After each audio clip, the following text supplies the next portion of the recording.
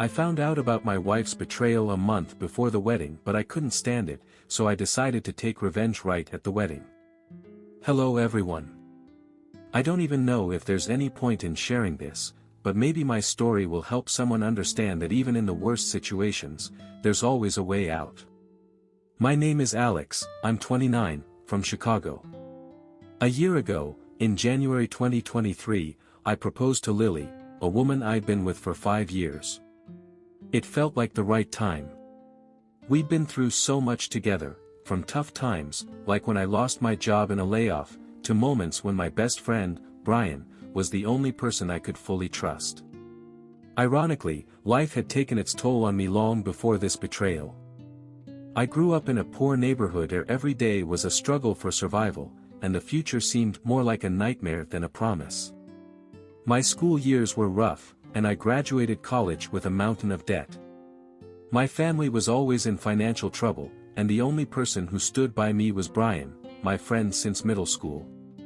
We went through every high and low together, supporting each other, and I never doubted for a second that he was like a brother to me. January of last year was a turning point. I asked Lily to marry me. She said yes, and we began planning our wedding for January 2024. It was supposed to be a big celebration, with guests from all over the country, so I spent every free moment making plans for our perfect day. We spent countless evenings browsing wedding locations online, picking the perfect spot. We chose a historic chapel by Lake Michigan, the very place where we first met. The chapel was booked, everything was on track until life dealt me yet another blow. It happened at the end of December. I decided to take Lily out for a romantic dinner to celebrate the anniversary of our engagement, as well as our upcoming wedding. I booked a table at the restaurant where we had our first date. We laughed and reminisced about old times when Lily, replying to a message on her phone, accidentally left its screen up in front of me. I saw that the last message was sent to Brian. I brushed it off at first. We were all friends, maybe he was just asking about something casual. But then things got worse. Every day, I was haunted by the suspicion that something was wrong. My world began to feel shaky, like the waves on Lake Michigan in January, when the water starts to freeze but still shifts and sways. And one night, when Lily was asleep, I finally gave in and checked her phone. I know, it was a terrible move, but when suspicion gnaws at you, it's hard to ignore. And that's when I found it. Messages where Brian was texting her, saying he couldn't wait to see her. In that moment, everything I held dear shattered. I felt worthless, unwanted, betrayed. I couldn't believe this was happening. Why does life always hit me this hard? Why do those I trust turn against me? It was like an unbearable chill settled inside me. I finally realized that my heart couldn't take any more pain. Sitting alone in the kitchen, staring at the ceiling, I felt torn apart by anger, humiliation, and bitterness. I couldn't make sense of it all. My friends, my love, my life, everything I had once been proud of was gone in an instant. Time seemed to stop, leaving me alone in a void without hope. In that moment, my heart wasn't just filled with pain, I also felt a burning need to make them understand the cruelty of their actions. I didn't yet know how, but I resolved that I wouldn't forgive them. They would pay. I would make sure they knew that betraying someone who loved and trusted them was the worst mistake of their lives. Reddit comments, Lost Soul 2019, that's horrible when the closest people betray you. Stay strong, man, and show them you're not weak. Heartbroken_mama, you're not alone. So many of us have been there. Find strength within yourself, because trust me, they're not worth your tears. Epic_revenge_enthusiast. Oh, I'm already waiting for the next part. You have to show them that revenge is best served cold. After that night, a strange sense of despair took over. Days passed, I barely slept, couldn't focus on work, nothing. Meanwhile, Lily continued living like nothing was wrong, but I couldn't look at her the same way anymore. Her every smile, every touch felt like an act, a farce. I watched her, unable to understand how she could do this, knowing we were about to promise each other a lifetime in front of our friends and family. In mid-January, just 2 weeks before the wedding, I began planning my response. My life only made sense within the context of revenge. Maybe I was being dramatic, but every day felt like punishment. I kept asking myself, did I do something to make them go down this path? My mind was consumed by pain, doubts, and fears. For 2 more days, I hesitated. I considered talking to Lily directly, confronting her, but realized she would probably deny everything. Then I knew, what I had to do needed to be bigger. I decided that the wedding itself would be my stage for exposing the truth. Every step in planning reminded me of the pain I felt. I kept organizing the decorations, talking to photographers, ordering flowers. All of it so this event would turn into a moment that would haunt Lily and Brian. I sometimes wondered if I was taking it too far, but then I remembered their messages, their secret meetings, and felt they deserved to see the depth of my hurt. When it came time to meet with our wedding officiant, I invited him to speak privately, without Lily. We met at a cafe on Woodline Avenue, right by the spot where I first met Lily. I told him I wanted to make an unexpected speech at the end of the night, under the guise of thanking our guests. My plan was simple: when the moment came, I'd turn to the guests and reveal the truth to everyone they had deceived. For this, my friend James and I prepared a video that included screenshots of their messages, photos from their secret meetups, and their conversations. It would be a blow they would never forget. Throughout this time, I kept asking myself how I had ended up building my life around revenge. I used to believe in forgiveness, that everyone deserved a second chance.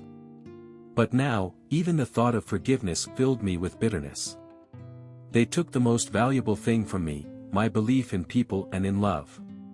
For all the time I was preparing for this celebration, I watched Lily discussing the final details with my friends. They thought it was going to be a day of joy, but instead, it would be a day of reckoning. It's hard to say what I feel now when I remember how happy we once were. All those moments feel fake now, just lies. I can't help but wonder, would I have changed anything if I'd known it would come to this? But whenever sadness hits, I remind myself that they were the ones who destroyed our story. I'm just finishing what they started. Just 2 weeks left. 2 weeks until my wedding, which will be their punishment. Reddit comments, Betrayed Lover 93, your resilience is incredible. You're doing the right thing, they deserve to feel your pain, Karma_Queen. This will be unforgettable, Alex. I can't wait for the continuation because I feel justice is about to be served. Truth Seeker 24, I can't imagine what you're feeling right now, but I know one thing, they're not worth your kindness.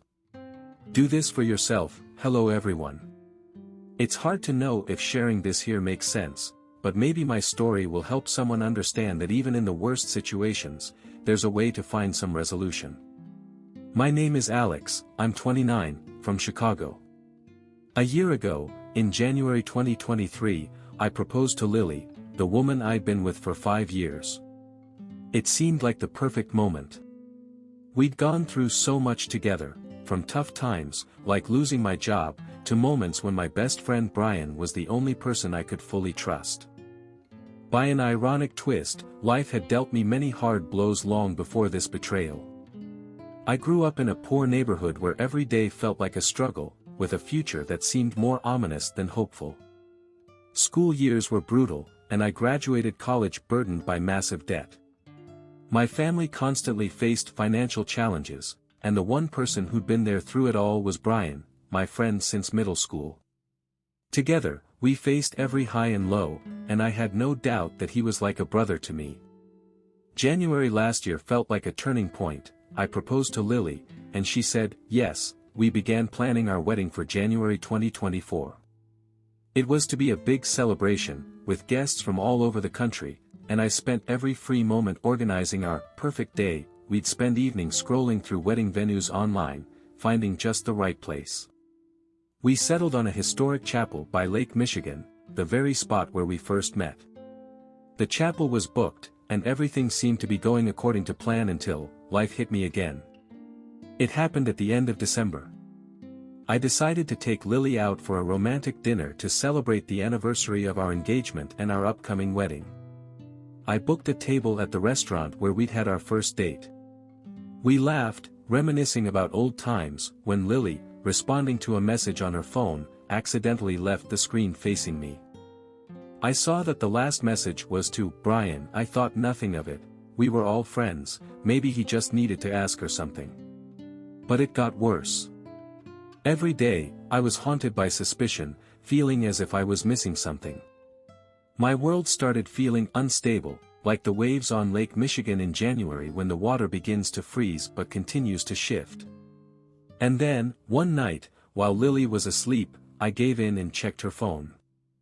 I know it was a terrible move, but when suspicion eats at you, it's hard to resist. And there it was, messages where Brian told her he couldn't wait to see her. In that moment, everything I'd valued shattered. I felt worthless, unwanted, betrayed. I couldn't believe it. Why does life keep hitting me this hard? Why do the people I trust the most betray me? A bitter chill settled in my chest. I finally realized that my heart couldn't take any more pain. Sitting alone in the kitchen, staring at the ceiling, I felt torn apart by anger, humiliation, and bitterness. I couldn't make sense of it. My friends, my love, my life, everything I had once been proud of was gone in an instant. Time seemed to stop, leaving me alone in an empty void without hope. In that moment, my heart was filled not only with pain but also with a desire to make them see the gravity of their actions. I didn't yet know how, but I resolved that I wouldn't forgive them. They would pay. I would ensure that betraying someone who loved and trusted them was the biggest mistake of their lives. Reddit comments, Unbreakable95, man, you rose above this. I hope they realize how badly they messed up at the worst possible moment. Rooting for you, heart_of_stone, this is going to be a story people will talk about for a long time. Betrayal is the worst, and I fully support your decision to confront it, Shattered Dreamer. I'm speechless, just want you to know we're here for you. She'll never forget this day. The entire reception felt like a movie scene. After my brief toast, James turned on the video. At first, it showed happy photos of Lily and me, ones our loved ones had seen before. These were pictures from our trips, moments where we looked like the perfect couple. The room filled with cheerful voices and laughter. Everyone thought this was just a romantic slideshow. But then, the images shifted. On the screen were text message screenshots, Brian's name, and phrases that echoed in the now dead silence. My blood chilled, but I also felt a strange sense of freedom. The messages were clear, leaving no room for doubt. Can't wait to see you tomorrow night while Alex is at work, was boldly displayed in one of the texts. You could hear several gasps of shock from the guests. At first, nobody understood what was happening. Lily stood there with wide, fearful eyes, glancing between me and the screen. Her hands were shaking. She whispered, Alex, what are you doing? I just looked back at her, feeling a sense of bitter satisfaction. The crowd murmured, and when a photo appeared of her and Brian hugging in a park where we used to spend time, I heard Lily's mother gasp, what on earth is this? I stood silently, watching as the room absorbed each moment of humiliation. The final slide faded to black, and there was dead silence. Everyone stared at us, at me, at Lily, who was now pale as a ghost. Brian stood nearby, unable to meet anyone's eyes. I stepped forward, took the microphone, and spoke quietly but clearly. I planned this day thinking it would be the start of a beautiful life. But real love and trust turned out to be illusions. Thank you to everyone who came to support us, and I'm sorry for this scene. But now, you all know the truth. For a few seconds, no one moved, and at that moment, I felt like I was standing on the ruins of my own life. But I had done it, facing my fear and my pain. I handed back the microphone, not looking at anyone, and walked out into the cold Chicago winter. Snow was softly falling, and for the first time in a long time, I felt a measure of peace. For everyone else, the wedding ended in shock. But for me, it was something else, the end of one chapter and the start of a new path. Reddit comments, vengeance_is_sweet, this is epic. You're a hero for standing up to this nightmare. They got what they deserved, lost_and_found_45, I can't even imagine how much strength it took to do this. But now you're free, and I'm genuinely happy for you, truthhurts_101, that was brutal, but so deserved. She'll never forget this day, and that's exactly how it should be.